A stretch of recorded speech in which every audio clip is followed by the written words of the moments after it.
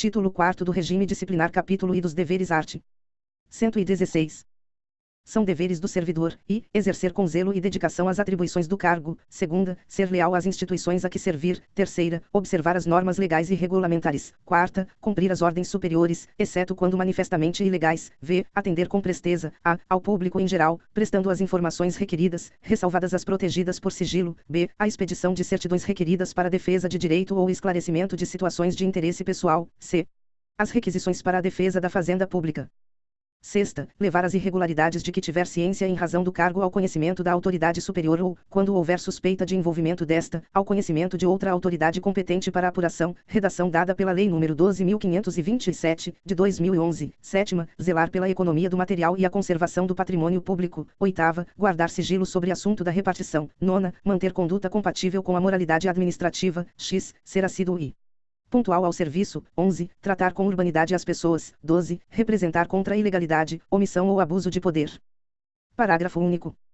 A representação de que trata o inciso 12 será encaminhada pela via hierárquica e apreciada pela autoridade superior àquela contra a qual é formulada, assegurando-se ao representando ampla defesa. Capítulo 2º das Proibições Art. 117.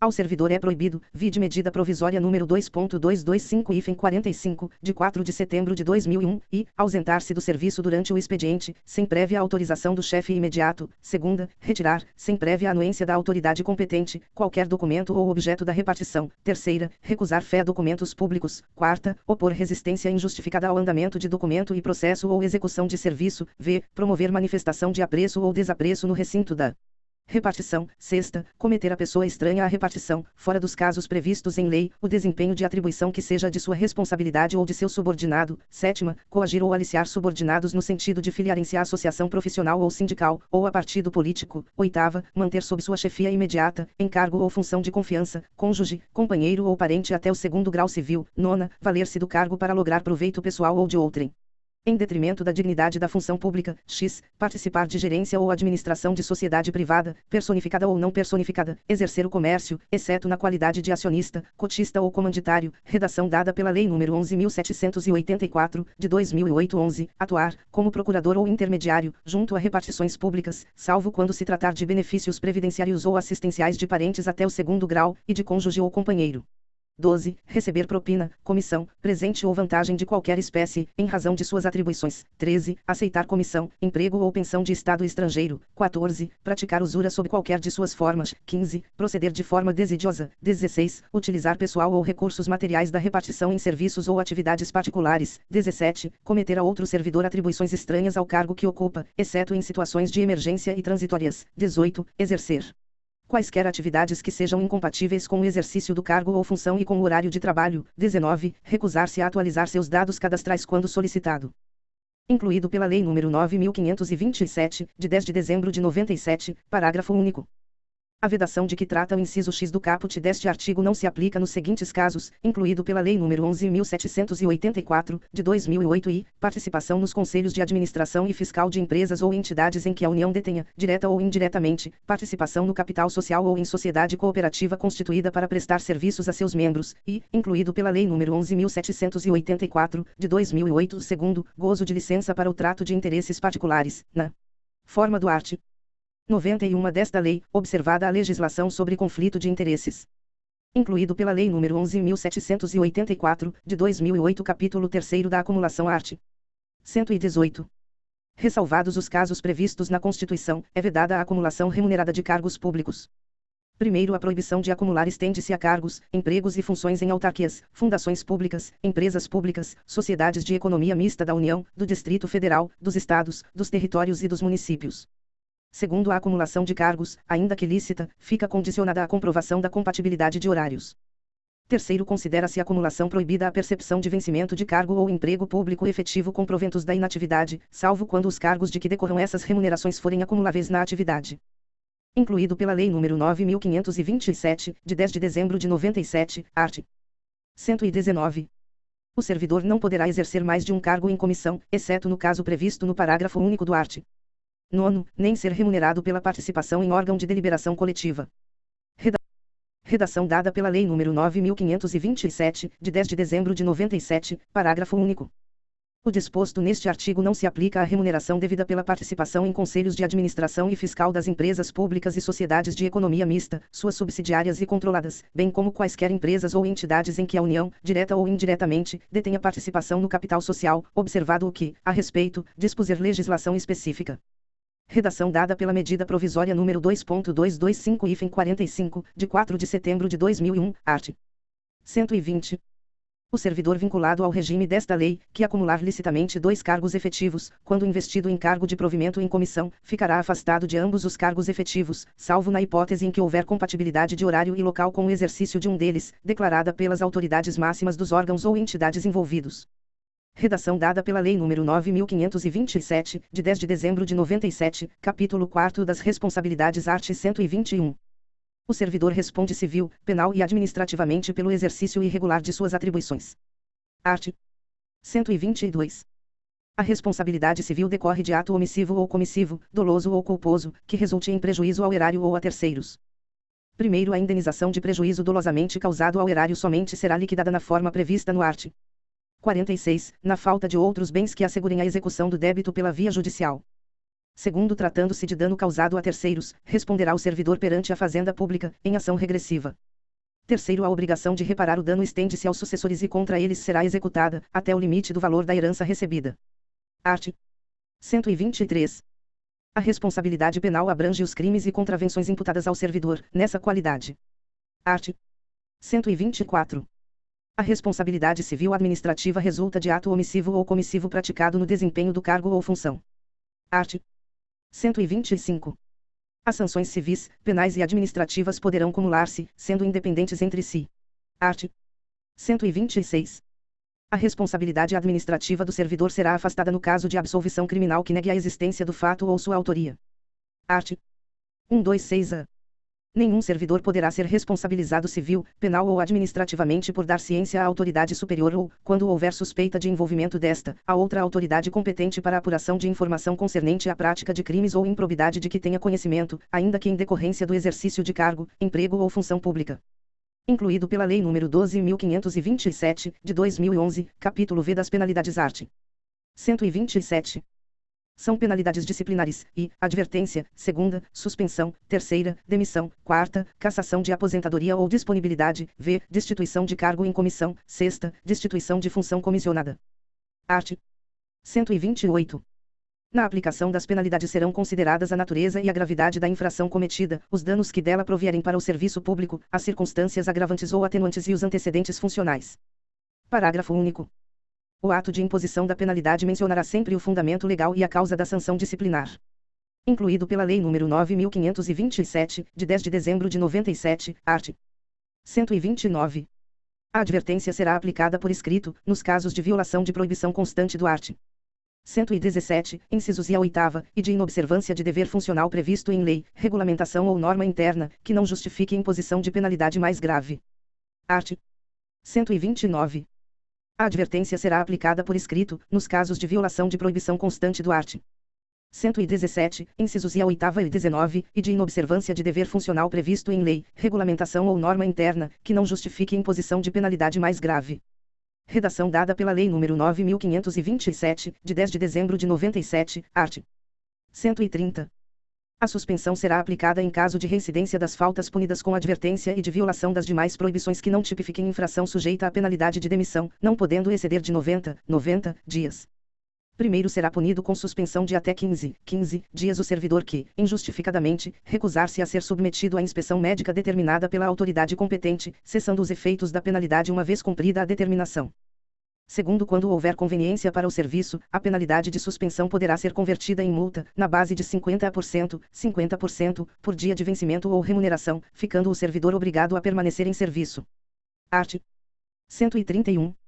As penalidades de advertência e de suspensão terão seus registros cancelados, após o decurso de 3 e 5 anos de efetivo exercício, respectivamente, se o servidor não houver, nesse período, praticado nova infração disciplinar. Parágrafo único. O cancelamento da penalidade não surtirá efeitos retroativos. Art. 132. A demissão será aplicada nos seguintes casos: I. Crime contra a administração pública. Segunda, abandono de cargo. Terceira, inassiduidade habitual. Quarta, improbidade administrativa. V. Incontinência pública e conduta escandalosa na repartição. Sexta, insubordinação grave em serviço. Sétima, ofensa física em serviço, a servidor ou a particular, salvo em legítima defesa própria ou de outrem. Oitava, aplicação irregular de dinheiros públicos. Nona, revelação de segredo do qual se apropriou em razão do cargo. X. Lesão aos cofres públicos e dilapidação do patrimônio nacional. 11. Corrupção. 12. Acumulação ilegal de cargos, empregos ou funções públicas. 13. Transgressão dos incisos 9 a 16 do art. 117. Art. 133. Detectada a qualquer tempo a acumulação ilegal de cargos, empregos ou funções públicas, a autoridade a que se refere o art. 143 notificará o servidor, por intermédio de sua chefia imediata, para apresentar opção no prazo improrrogável de 10 dias, contados da data da ciência e, na hipótese de omissão, adotará procedimento sumário para a sua apuração e regularização imediata, cujo processo administrativo disciplinar se desenvolverá nas seguintes fases: redação dada pela Lei nº 9.527, de 10 de dezembro de 97, e instauração, com a publicação do ato que constituir a comissão, a ser composta por 2 servidores estáveis, e simultaneamente indicar a autoria e a materialidade da transgressão objeto da apuração, incluído pela Lei nº 9.527, de 10 de dezembro de 97, segunda, instrução sumária, que compreende indiciação, defesa e relatório, incluído pela Lei nº 9.527, de 10 de dezembro de 97, terceira, julgamento, incluído pela Lei nº 9.527, de 10 de dezembro de 97, primeiro a indicação da autoria de que trata o inciso e dar-se-á pelo nome e matrícula do servidor, e a materialidade pela descrição dos cargos, empregos ou funções públicas em situação de acumulação ilegal, dos órgãos ou entidades de vinculação, das datas de ingresso, do horário de trabalho e do correspondente regime jurídico. Redação dada pela Lei nº 9.527, de 10 de dezembro de 97, segundo a comissão lavrará, até 3 dias após a publicação do ato que a constituiu, termo de indiciação em que serão transcritas as informações de que trata o parágrafo anterior, bem como promoverá a citação pessoal do servidor indiciado, ou por intermédio de sua chefia imediata, para, no prazo de 5 dias, apresentar defesa escrita, assegurando-se-lhe vista do processo na repartição, observado o disposto nos arts. 163 e 164. Redação dada pela Lei nº 9.527, de 10 de dezembro de 97, terceiro apresentada à defesa, a comissão elaborará relatório conclusivo quanto à inocência ou à responsabilidade do servidor, em que resumirá as peças principais dos autos, opinará sobre a licitude da acumulação em exame, indicará o respectivo dispositivo legal e remeterá o processo à autoridade instauradora, para julgamento. Incluído pela Lei nº 9.527, de 10 de dezembro de 97, quarto no prazo de 5 dias, contados do recebimento do processo, a autoridade julgadora proferirá sua decisão, aplicando-se, quando for o caso, o disposto no terceiro do art. 167. Incluído pela Lei nº 9.527, de 10 de dezembro de 97, quinto a opção pelo servidor até o último dia de prazo para a defesa configurará sua boa-fé, hipótese em que se converterá automaticamente em pedido de exoneração do outro cargo. Incluído pela Lei nº 9.527, de 10 de dezembro de 97, sexto caracterizada a acumulação ilegal e provada a má-fé, aplicar-se-á a pena de demissão, destituição ou cassação de aposentadoria ou disponibilidade em relação aos cargos, empregos ou funções públicas em regime de acumulação ilegal, hipótese em que os órgãos ou entidades de vinculação serão comunicados. Incluído pela Lei nº 9.527, de 10 de dezembro de 97, sétimo o prazo para a conclusão do processo administrativo disciplinar submetido ao rito sumário não excederá 30 dias, contados da data de publicação do ato que constituir a comissão, admitida a sua prorrogação por até 15 dias, quando as circunstâncias o exigirem. Incluído pela Lei nº 9.527, de 10 de dezembro de 97, oitavo. O procedimento sumário rege-se pelas disposições deste artigo, observando-se, no que lhe for aplicável, subsidiariamente, as disposições dos títulos 4 e V desta lei. Incluído pela Lei nº 9.527, de 10 de dezembro de 97, art. 134. Será cassada a aposentadoria ou a disponibilidade do inativo que houver praticado, na atividade, falta punível com a demissão. Art. 135. A destituição de cargo em comissão exercido por não ocupante de cargo efetivo será aplicada nos casos de infração sujeita às penalidades de suspensão e de demissão. Parágrafo único. Constatada a hipótese de que trata este artigo, a exoneração efetuada nos termos do art. 35 será convertida em destituição de cargo em comissão. Art. 136. A demissão ou a destituição de cargo em comissão, nos casos dos incisos 4ª, 8ª, x e 11 do art. 132, implica a indisponibilidade dos bens e o ressarcimento ao erário, sem prejuízo da ação penal cabível. Art. 137. A demissão ou a destituição de cargo em comissão, por infringência do art. 117, incisos 9 e 11, incompatibiliza o ex-servidor para nova investidura em cargo público federal, pelo prazo de 5 anos. Parágrafo único. Não poderá retornar ao serviço público federal o servidor que for demitido ou destituído do cargo em comissão por infringência do art. 132, incisos I, 4ª, 8ª, x e 11. Art. 138. Configura abandono de cargo a ausência intencional do servidor ao serviço por mais de 30 dias consecutivos. Art. 139. Entende-se por inassiduidade habitual a falta ao serviço, sem causa justificada, por 60 dias, interpoladamente, durante o período de 12 meses. Art. 140. Na apuração de abandono de cargo ou inassiduidade habitual, também será adotado o procedimento sumário a que se refere o art. 133, observando-se especialmente que, redação dada pela Lei nº 9.527, de 10 de dezembro de 97, e, a indicação da materialidade dar-se-á, incluído pela Lei nº 9.527, de 10 de dezembro de 97, a, na hipótese de abandono de cargo, pela indicação precisa do período de ausência intencional do servidor ao serviço superior a 30 dias, incluído pela Lei nº 9.527, de 10 de dezembro de 97, b, no caso de inassiduidade habitual, pela indicação dos dias de falta ao serviço sem causa justificada, por período igual ou superior a 60 dias interpoladamente, durante o período de 12 meses, incluído pela Lei nº 9.527, de 10 de dezembro de 97, segunda, após a apresentação da defesa a comissão elaborará relatório conclusivo quanto à inocência ou à responsabilidade do servidor, em que resumirá as peças principais dos autos, indicará o respectivo dispositivo legal, opinará, na hipótese de abandono de cargo, sobre a intencionalidade da ausência ao serviço superior a 30 dias e remeterá o processo à autoridade instauradora para julgamento. Incluído pela Lei nº 9.527, de 10 de dezembro de 97, art. 141. As penalidades disciplinares serão aplicadas, e, pelo Presidente da República, pelos presidentes das Casas do Poder Legislativo e dos Tribunais Federais e pelo Procurador-Geral da República, quando se tratar de demissão e cassação de aposentadoria ou disponibilidade de servidor vinculado ao respectivo poder, órgão, ou entidade, segunda, pelas autoridades administrativas de hierarquia imediatamente inferior àquelas mencionadas no inciso anterior quando se tratar de suspensão superior a 30 dias, terceira, pelo chefe da repartição e outras autoridades na forma dos respectivos regimentos ou regulamentos, nos casos de advertência ou de suspensão de até 30 dias, quarta, pela autoridade que houver feito a nomeação, quando se tratar de destituição de cargo em comissão. Art. 142. A ação disciplinar prescreverá, e, em 5 anos, quanto às infrações puníveis com demissão, cassação de aposentadoria ou disponibilidade e destituição de cargo em comissão, segunda, em 2 anos, quanto à suspensão, terceira, em 180 dias, quanto à advertência. Primeiro, o prazo de prescrição começa a correr da data em que o fato se tornou conhecido. Segundo, os prazos de prescrição previstos na lei penal aplicam-se às infrações disciplinares capituladas também como crime. Terceiro, a abertura de sindicância ou a instauração de processo disciplinar interrompe a prescrição, até a decisão final proferida por autoridade competente. Quarto, interrompido o curso da prescrição, o prazo começará a correr a partir do dia em que cessar a interrupção.